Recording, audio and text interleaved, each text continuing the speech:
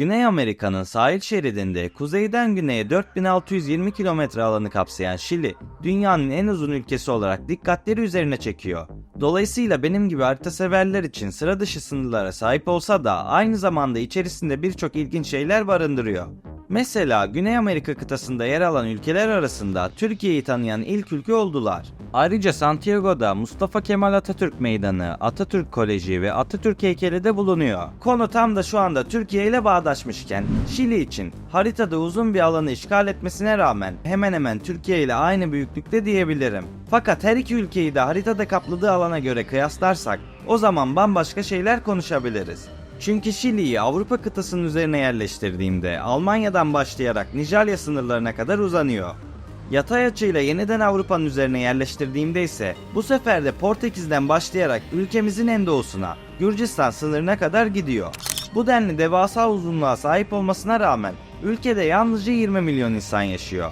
Nüfusun %75'lik dilimi ise başkent bölümüne yakın olan 483 kilometrelik bir alanda yaşıyor. Peki bu durumun sebebi ne?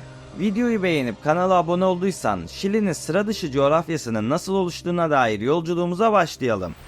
Şili, genişliğine kıyasla dünyanın en dar ülkesidir. Dolayısıyla ülkenin aşırı uzunluğu nedeniyle farklı iklimlere elverişli olması çok normal. Bu sebeple kuzey sınırlarında yağmur görmez çöllere sahipken Antarktika bölgesinin kuzeyinde bulunan güney kesiminde ise buzullara ev sahipliği yapar. Dünyanın en gizemli topraklarından birisi olan Antarktika, hiçbir ülkenin toprağı olarak kabul edilmiyor olsa da Şili bu kıtada toprak iddia eden 7 egemen devletten birisi konumunda. Antarktika'da bulunan 1.250.000 kilometrekarelik alanın kendilerine ait olduğunu söylüyorlar. Şili Antarktika devlet arazisi dedikleri yer, Antarktika'da hak iddia ettikleri bölge ve burada bir üsse bile sahipler. Biliyorsunuz, birçok ülke bilimsel faaliyetlerde bulunmak için Antarktika'ya bilim insanları gönderiyor ve birçok ülkenin buzlarla dolu bu topraklarda geçici üsleri bulunuyor. 3. Ulusal Antarktika Bilim Seferi kapsamında Türkiye'de Beyaz Kıta'daki geçici üssünü kurmuş ve bayrağımızı asmıştı. Fakat bizden farklı olarak Şili buradaki hak iddialarını tarihsel devamlılığa ve bölgeye komşu ülke olmasına dayandırıyor. Talep ettikleri toprak olan Grönland bölgesinin ülkelerinden geçen Antlar Sıra Dağları'nın devamı olduğu yönündeki bilimsel kanıtları da mevcut. Bir gün Antarktika'nın bu kısmı Şili topraklarına dahil olursa Şili'nin coğrafi şekli şüphesiz değişecek. Öte yandan Antarktika'nın stratejik konumundan dolayı hali güçlenecek konuma da gelecekler. Ancak gerçeği söylemek gerekirse tüm bu çabaya rağmen bu topraklar resmi olarak Şili'ye ait değil. Öte yandan Şili'nin Antarktika'da toprak hak iddia ettiği gibi bir zamanlar İspanya'da bu topraklarda hak iddia ediyordu. Kuzey Şili, İspanyollar tarafından kontrol altına alınmadan önce İnka Krallığı'na aitti. İnka İmparatorluğu ise Kolomb öncesi Amerika'nın en büyük imparatorluğuydu. Ancak 1527'de bazı hastalıkları da beraberinde getiren İspanyolların gelişi imparatorluğu zayıflattı. İmparator Kapak, halefini seçmeden ölünce iki oğlu tat kavgasına girişti ve imparatorluk kuzey ve güney olarak ikiye bölündü. Bu gelişmelerin ardından İnka'da iç savaş çıktı. Olayları yakından takip eden İspanya Kraliçesi Temmuz 1529'da Francisco Pizarro'nun İnka'yı işgal etmesine izin verdi. Bu emirle yola çıkan Pizarro ve adamları 1532'de Peru'ya geldiklerinde bir tehdit olarak algılanmadılar. Aksine iyi de karşılandılar. Çünkü güneş tanrısı olarak bilinen Viricocha, İnka inanışına göre deniz aşırı bir yerden barış ve huzuru sağlamak üzere tekrar gelecekti. İnka İmparatoru Pizarro ile görüşme yaptığında bu görüşmenin iyi niyetli bir görüşme olduğunu düşünüyordu. Fakat hiç de öyle olmadı. Çünkü İnka İmparatoru İspanyollar tarafından esir alındı ve bu tarihten itibaren İspanyollar bu toprakları ele geçirmek için böl ve yönet taktiğini kullanmaya başladı. Öte yandan Pizarro ise esir aldığı imparator için bir oda dolusu altınla fidye talebinde bulundu. İnkalar onun bu isteğini yerine getirseler de Pizarro sözünü tutmadı ve imparatoru 26 Temmuz 1533'te idam etti. Böylece İnkalarda ikinci bir iç karışıklık ve kaos dönemi başladı. İspanyollarsa bu kargaşadan yararlandı ve ayrılıkçı güçlerle işbirliği yaparak tüm bölgeyi işgale başladı. İşte bu işgal sonrasında Şili yaklaşık 300 yıl boyunca İspanyol kolonisi haline geldi. O dönemlerde ülkede çok az altın ve gümüş olduğu için Şili, İspanyol Krallığı için fazla önem verilmeyen bir koloni durumundaydı. Sonraları ülkedeki diğer tarım ürünleri ve minerallerin keşfedilmesiyle İspanyollar tarafından önemli bir tedarik bölgesi haline geldi. Fakat Şili halkı 1800'lü yılların başlarında özgürlüklerini dillendirmeye başlamıştı. 12 Şubat 1818'de bağımsızlığına kavuşan Şili, bugünkü Santiago çevresinde nispeten küçük bir alanı ele geçirdi. 1879 ile 1883 yılları arasında Peru ve Bolivya ile yapılan Pasifik Savaşı'nda o güne kadar bu ülkelerin elinde olan Atacama Çölü bölgesi fethedildi. Böylelikle Bolivya Büyük Okyanus kıyılarını kaybetmiş oldu. Öte yandan daha sonraları bu bölgede çok zengin bakır yatakları bulundu. Dolayısıyla dünyanın en büyük bakır madeni şu anda bu bölge içerisinde yer alıyor. Fakat o günleri baz alacak olursak yeni kurulan bir devlette ne eksik olmaz? Elbette karışıklıklar. 1891 yılında Şili Deniz Kuvvetleri Başkan Balmacade'ye karşı ayaklandılar ve bu durum yeni bir iç savaşta sonuçlandı.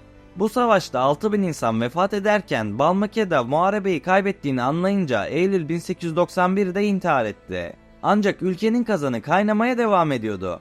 1893 yılında bu kez Arjantin'le sınır sorunları yaşanmaya başladı. Aradan geçen yıllar sonunda 1902 yılında İngiltere Kralı 7. Edward bu probleme arabuluculuk ederek Patagonya ve Ateş Toprakları olarak bilinen bölgeleri iki ülke arasında pay etti. Yani olayı şöyle özetleyebilirim. Haritada da gördüğünüz gibi Arjantin ülkesiyle kara bağlantısı olmayan deniz aşırı Şili topraklarından toprak talebinde bulunuyordu. Bu topraklar Şili'ye 54.000, Arjantin'e ise 40.000 kilometre olacak şekilde pay edilince sorun ortadan kalkmış oldu. Dolayısıyla önce Peru ve Bolivya, sonrasında da Arjantin'den alınan bu topraklarla Şili genişlemesini sürdürdü ve inanılmaz derecede uzun hale geldi. Bu coğrafyanın çoğunlukla dağlık bir yapıya sahip olduğunu söyleyebilirim. Neredeyse tüm ülkenin içinden geçen Antsıra Dağları, Şili'nin bazı sınırlarını doğal olarak koruyor ve buraların işgal edilmesini de zorlaştırıyor. Şu ana kadar Şili neden uzun bir yapıya sahip bunu zaten belirledik. Öyleyse insanlar neden ülkenin belli bölümlerinde yaşıyorlar? Biraz da bunlar üzerine konuşalım. Öncelikle ülke bu kadar geniş bir alanda kuzey ve güney yönünde yayıldığı için birden çok iklime sahip. İklim açısından Şili'yi 5 farklı bölgeye ayırabiliriz. En kuzeyde Atacama Çölü bulunuyor. Bu bölge o kadar kuru bir çöl ki bazı bölgelerde hiç yağmur yağmamış. Verilere bakarsanız kaydedilmiş bir yağış olmadığını göreceksiniz. Güneye doğru ilerledikçe zaten Antarktika'ya yaklaşıyorsunuz ve sıcaklıklar bu yüzden düşüyor. Haliyle bölge buzullarla dolu. Santiago'nun biraz kuzeyinde ise çiftlik hayvanlarının yetiştirildiği yarı kurak bir bölge var. Ülke nüfusunun önemli bir bölümünün yaşadığı orta bölgede ise Akdeniz iklimi hakim. Bu bölge daha fazla yağış alır ve tarım için elverişli bir iklim sağlar. Dolayısıyla iklim, nüfusun orta kısma sığınmasını sağlayan en büyük etkenlerden birisi gibi dursa da, öte yandan Şili'nin %80'inden fazlası dağlardan oluşuyor. Haliyle birçok vatandaş bu dağların yakınında veya üzerinde yaşıyor diyebilirim. Dağ deyince de elbette akla ilk gelen şeylerden birisi deprem oluyor. Şili zaten dünyanın en büyük depremlerine ev sahipliği yapan bir ülke. Tüm bunları göz önüne aldığımızda Şili vatandaşlarının gerçekten rahat yaşayabileceği çok az yer var ve bunların başını başkent Santiago çekiyor. 1900'lü yılların başlarında Şili sanayileşmeye başladı ve bu durum güney bölgelerinde yaşayan yüz binlerce çiftçiyi Santiago veya çevresindeki şehirlerde yeni bir yaşam kurmaya teşvik etti. Çünkü 1900'lerin başlarından itibaren Santiago ekonomik olarak daha güçlü hale gelmişti. Günümüzde Şili 20 milyona yakın insana ev sahipliği yapıyor ve bu da onu nüfus bakımından Güney Amerika'nın en büyük 6. ülkesine dönüştürüyor. Öte yandan 20 milyonun 7,5 milyonundan fazlası doğrudan Santiago metropolitan bölgesinde yaşıyor. Bu bölgeyi ise 2 milyona yakın insanın yaşadığı hemen Santiago'nun üstünde bulunan Valparaiso bölgesi takip ediyor. Bu sebeple Şili vatandaşlarının %75'inden daha fazlası ülkenin tam ortasında yaşıyor diyebilirim. Bugün itibariyle Şili, diğer Güney Amerika ülkelerinin aksine zengin ve ekonomik olarak iyi bir yaşam geçiriyor. 2019 itibariyle Şili, dünyanın en büyük bakır, gümüş ve tuz tedarikçilerinden birisi konumunda. Güçlü ekonomisi sayesinde önümüzdeki birkaç 10 yıl içerisinde önemli ölçüde büyümesi bekleniyor. Yüzyıllardır İspanyollar tarafından sömürülen bu toprakların geleceği gerçekten de iyi görünüyor. Fakat yaklaşık 300 yıl boyunca İspanyollar tarafından kolonize edildikleri için bugün bile büyük ölçüde İspanyol kültürüne sahipler. Bakıldığında Şilililer etnik olarak Avrupalılar ve Kızılderililerin bir karışımıdır. İlk melezleşme 16. ve 17. yüzyıllarda İspanya'dan gelenler ve yerli kabileler arasında meydana geldi. 18. yüzyılda Şili'ye göç eden Bask aileleri ekonomiyi canlandırdı ve ülkede hala hakim olan siyasi elit haline geldi. Dolayısıyla ülkenin zenginlerine daha yakından bakacak olursanız birçok Bask ailesini görebilirsiniz. Bask kökenli bu aileler de Santiago'ya yakın bölgelerde yaşıyor. Velhasıl Şili, gerek İnka gelenekleri gerekse coğrafyası ve kültürüyle yani tümüyle ilginç bir ülke. Peki siz dünyanın en uzun ülkesini görmek ister miydiniz? Yorumlarda fikirlerinizi belirtmeyi unutmayın. Beni buraya kadar dinlediğiniz için teşekkür ederim. 100.000 yolunda kanala abone olmayı ve videoyu beğenmeyi unutmayın. Bir sonraki videoda görüşmek üzere. Kendinize iyi bakın, sağlıkla ve barışla kalın.